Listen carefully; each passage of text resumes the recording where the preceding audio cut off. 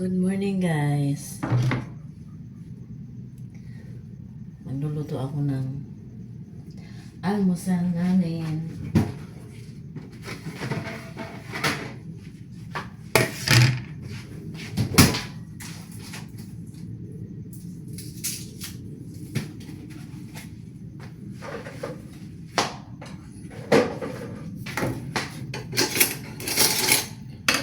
Wala pa asawa ko ng isda.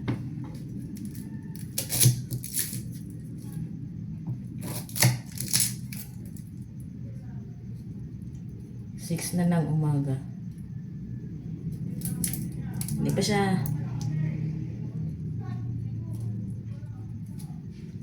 siya nakakalabas sa kanyang work. Panggabi kasi siya eh. 6 p.m. to 6 a.m. Paglabas niya, diretso na siya mag-isda. Hindi na ako sasama kasi babalikan niya pa ako dito. Hindi kasi kami nakapangisda noong linggo.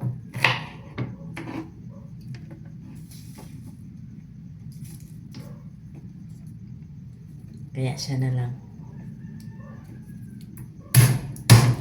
Naghiwa muna ako guys ng mga kailangan ko sa lulutuin. Ayan. Sardinas ang aking lulutuin. Tapos na ako guys naghiwa. Naghiwa na rin ako ng regalo para doon sa lulutuin ko na adobo sa gata. Nag-iisang isda na lang yun sa freezer.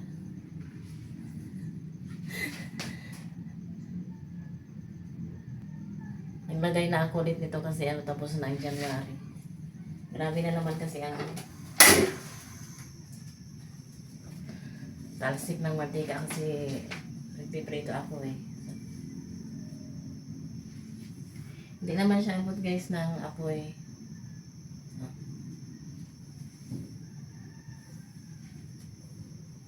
Bibili na lang ako ng yung metal. Yung paganyan lang. Pero pwede naman yung isabit kasi may nakita ko may nakita ako doon na pwedeng isabit. Dugtungan ba? Tapos dito, pag naka-LL na.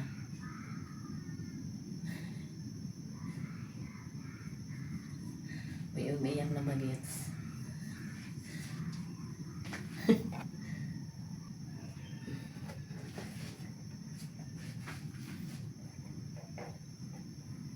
Magbababa din ako ng nabayan ngayon kasi singtaas na ng Mount Everest ang labahan. Charot. Oh. Singtaas na yan ng Mount Everest. Yung boses ko ba? Sakit ng katawan ko.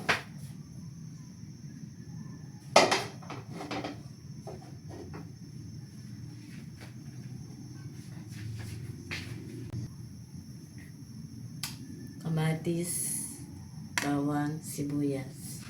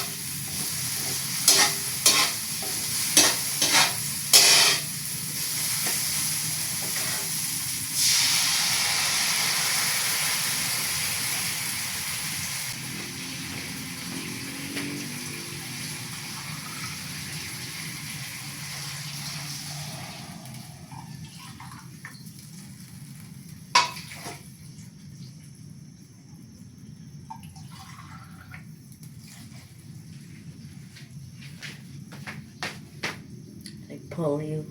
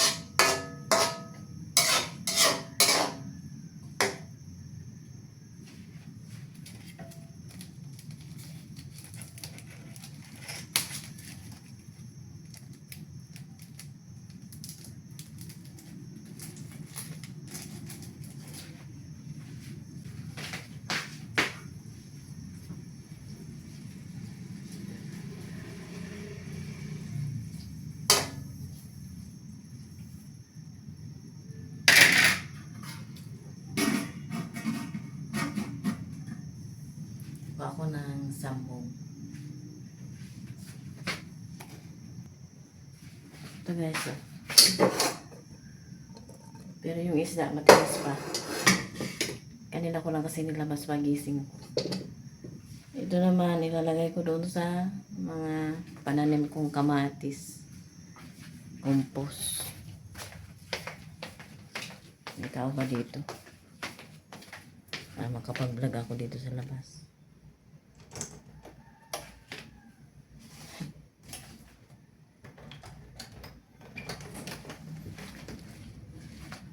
There.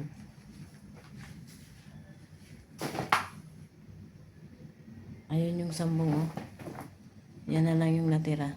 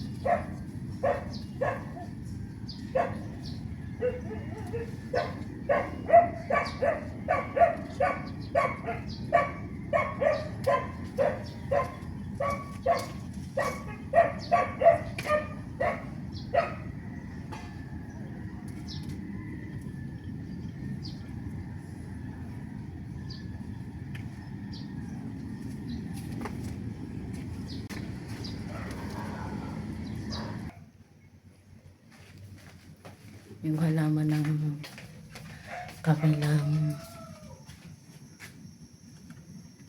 bahay, laging natutumban doon sa may kamatis.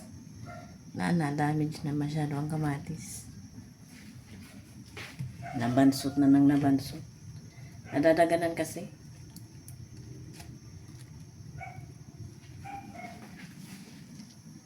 Kakuha na ako.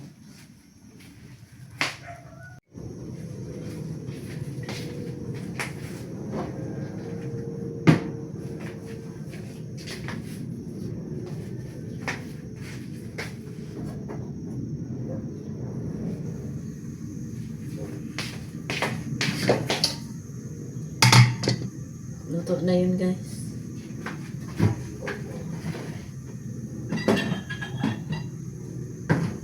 Magtimpla ako ng kape kahit wala pa siya para pagdating niya, higupin niya na lang.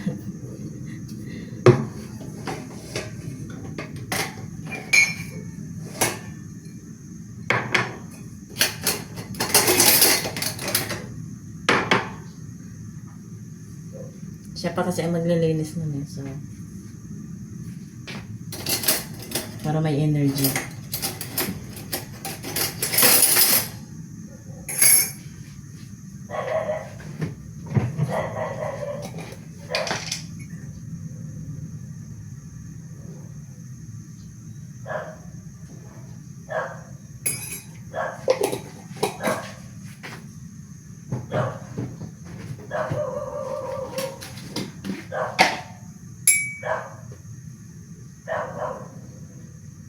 Salamat po sa inyo.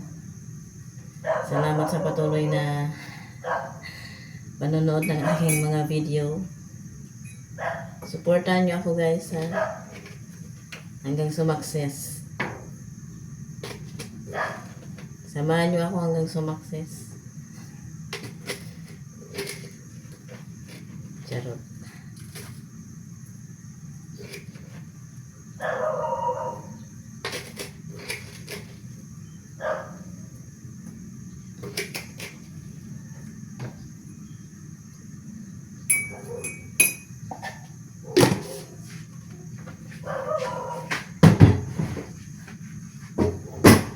Yung mangga na pinatira ng asawa ko, hindi niya naman kinakain.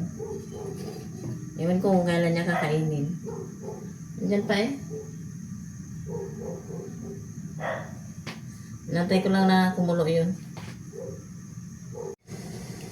Kumukulo na siya.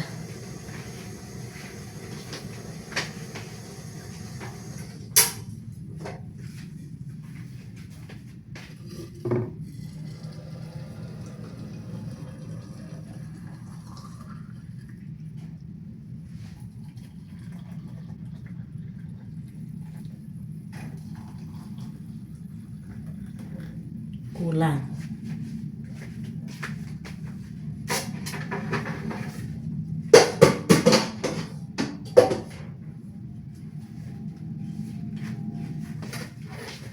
Yung kanin, initin ko na lang.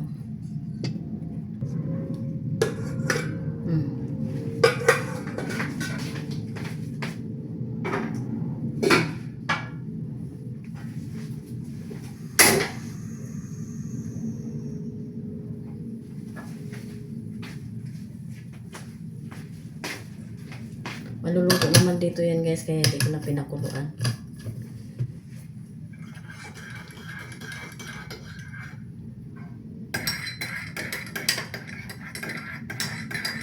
Kanina nag-separate na ako ng mga lalaban ko. Mas marami yung kukusutin ko. Sorry. Ayan, kukusutin ko yan. Ayan, ibababad ko. Ayan.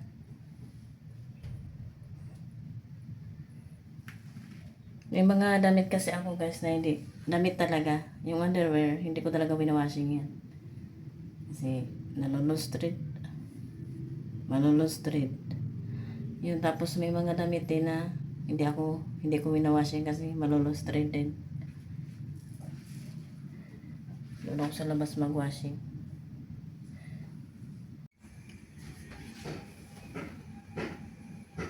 Ilalagay ko tulong guys sa may kamatis. Ewan ko ba kung ano ang nangangata dyan. Laging may hukay. Kahit dun sa may malapit sa poste ng itong kapitbahay namin. Doon may hukay. Ewan ko kung anong meron doon. Naghuhukay bang daga? Malaking daga yun. Basta, lagay ko muna yun. Ilagay ko na guys yung yung compost.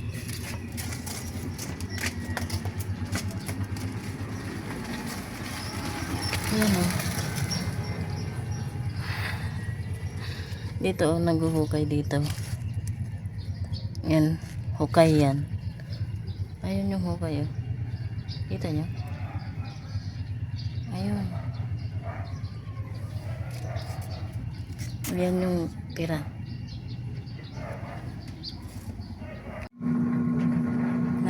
Paikot ko na yung washing. Putik pa lang yun. Bababad ko yun eh. Nilagyan ko ng blue na bar. Usual na ingredient ko. Pag naglalaba para hindi masyadong kapitan ng kalawang yung uniform ng aking asawa. Wala pa siya. Check ko yung kanin kung pwede na.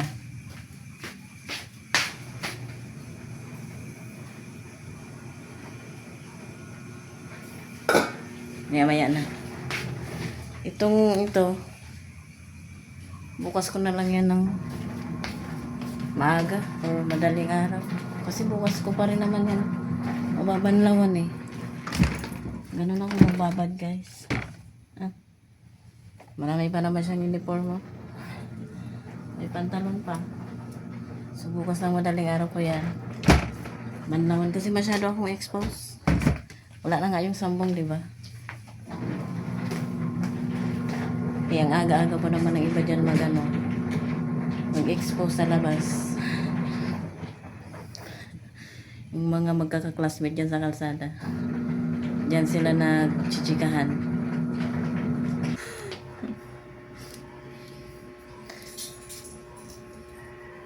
Luto na rin yung kanin.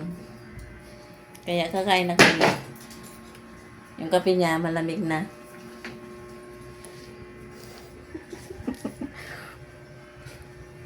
Magkarne na lang daw kami kasi malang isda. Umaaray na yung nangingisda. Andun sa labas guys yung isa kasi nilinisin niya pa yung iba. Yung iba hindi na. Ilang klase yun?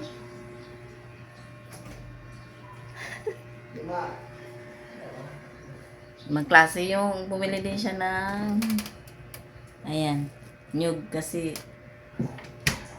yan nga yung gagataan ko mamaya. Pinapalambot ko. Kasi nagyayelo pa. Kakain muna kami guys. Tapos na kami guys kumain. Pinapak nga yung tira doon sa may mangkok. Wala yung ano. Pusa. Ayan siya oh.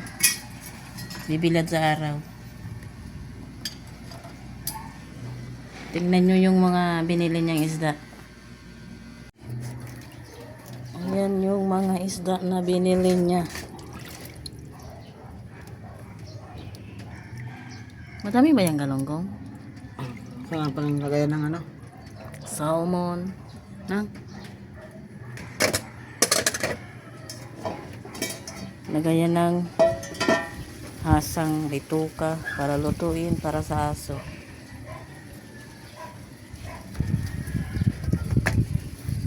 Malaki yan, no?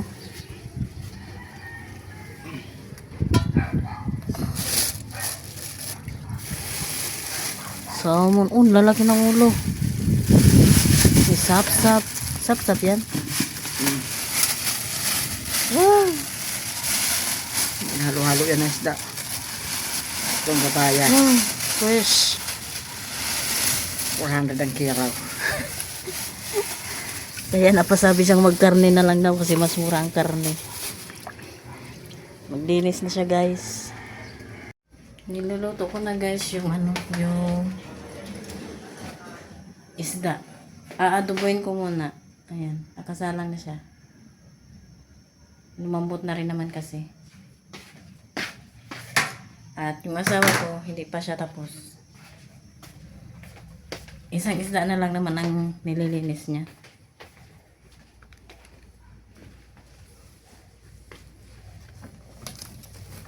Ayan. Hello. Hi. Ayan. Ayun yung isda, oh. Yung iba, nasa freezer na. Kasi, by batch. Ayan. May laman na ulit. Hati-hati yan.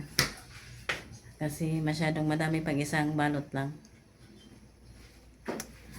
Yun lang guys ang aking pa-video ngayon. Hindi ko na kayo isama doon sa pagluto kasi